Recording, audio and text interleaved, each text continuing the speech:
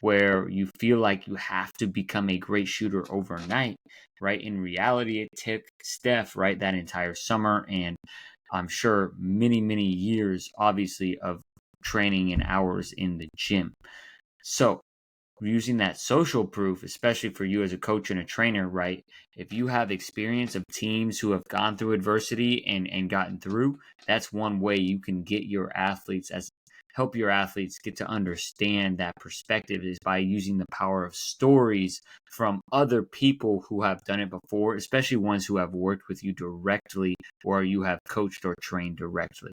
And now the last one I'm going to talk about, which is the most important one, is they have to trust you as a person. And that means, to me, I'm big on, and if you listen to this show, you know that in order to bridge impact, you are listening to the Bridging Impact podcast, transforming leaders on and off the court with host Coach Furtado. Without further ado, let's dive in. Hello, everyone, and welcome back to another episode of the Bridging Impact podcast.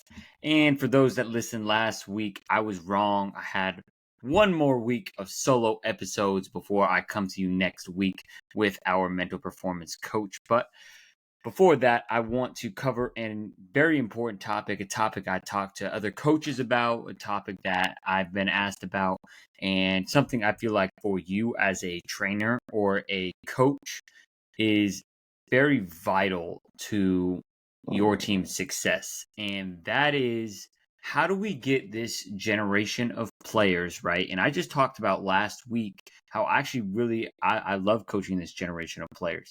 However, this generation of players, and even for us as coaches, there is this, we're in a microwave society, right? So we have this pressure to perform quicker than ever, right? We want results faster than ever. And, they always say that to become an overnight success, you have to work hard for 10 years. And if you haven't heard that, then now you have, right? There's no such thing as an overnight success. And so how do we relay that information to our athletes? And it really is super simple. So trust the progress. That is the theme we're kind of going to go around. And I have 3 points on how athletes will then trust the process. Because if you go look at Philadelphia, trust the process, and Joel Embiid, right, that progress has been in for 6 years. It makes sense that a lot of people are questioning that progress because 6 years actually is a lot of time. Their championship window is closing. This is not an NBA podcast, so I won't go too deep into that. However, let's look at actually coaching, and that begins with your players must trust you. And in order to trust you, you have to have a certain knowledge of the game, a certain knowledge of who they are as people. And so what I want to start with is really your ability, right, to understand what your team's strengths are and how to play to them. All right. So if you're a trainer, what your athlete's strengths are and what they need to continue working on. So with that being said, in order to make continuous progress, which is what we want, and we're going to actually come back to that a little bit later, we have to have a great understanding of basketball, and if that's our sport, or a great understanding of football, right? If we are going to be a coach or a trainer. So in order for our athletes to trust us as a coach or a trainer, we must have a great, obviously a bank. And that to me is not just the X's and O's of the sport, right? It's the knowledge of where the game is going, right? How to train properly and actually get results. And are you continually learning every single day? And that's something that I feel like is incredibly important for coaches and trainers is in order for your athletes to believe that you can help them get to a championship if you are a team coach or become a better shooter if you are a trainer, you have to improve your skills on how to get there. Now, that's an everyday process for me. Like, I love reading. I have the Transforming Basketball book up there. I try and read 20 to 30 minutes every single day. I've been slacking a little bit during camp season, but just always trying to expand my mind. So I feel like in order for them to trust you, you have to be incredibly knowledgeable about this subject. Now, number two, right, talking about knowledge of the subject is social proof. And this can be a little bit challenging for younger coaches like I was a couple of years ago. I'm still a relatively new coach, but now I have social proof from athletes from before. So most athletes, they want everything right now. Most teams, they want to be a championship team right away.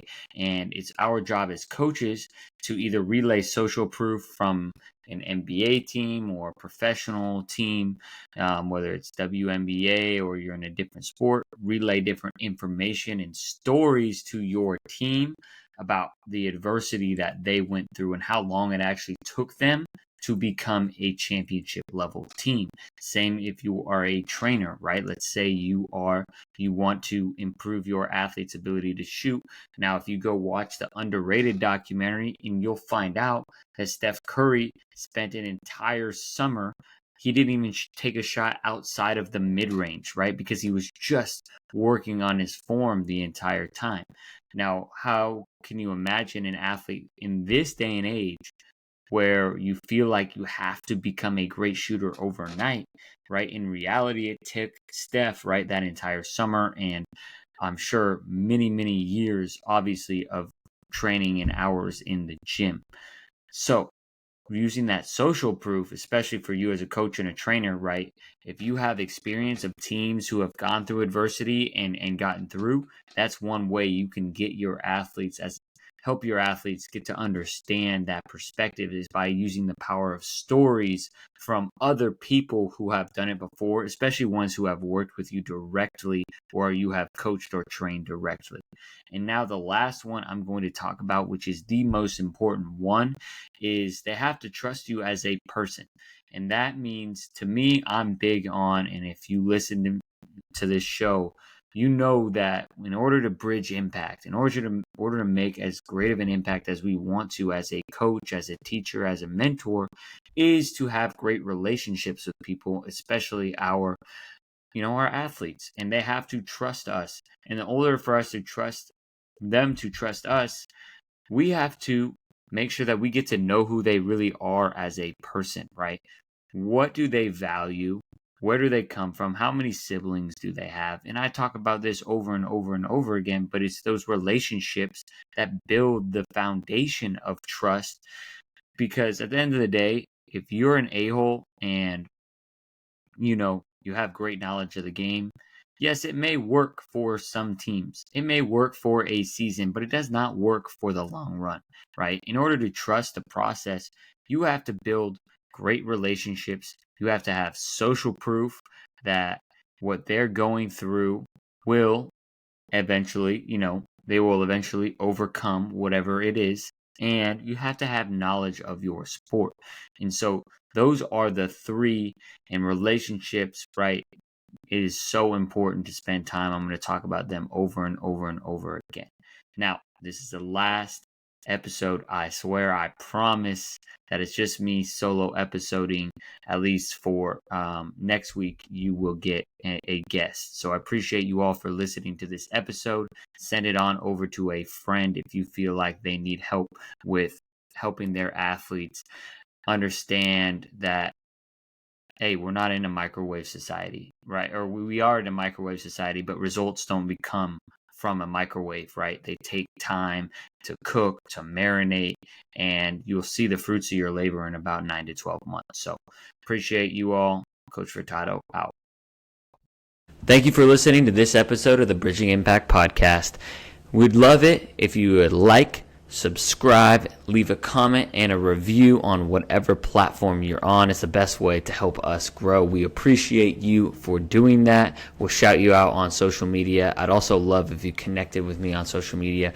Let me know your thoughts. And this is why I do it. I want to share knowledge and wisdom from experienced leaders to people like yourself and myself, so we can have this dialogue and move forward, make an impact on the world. So stay tuned, stay subscribed. Cheers.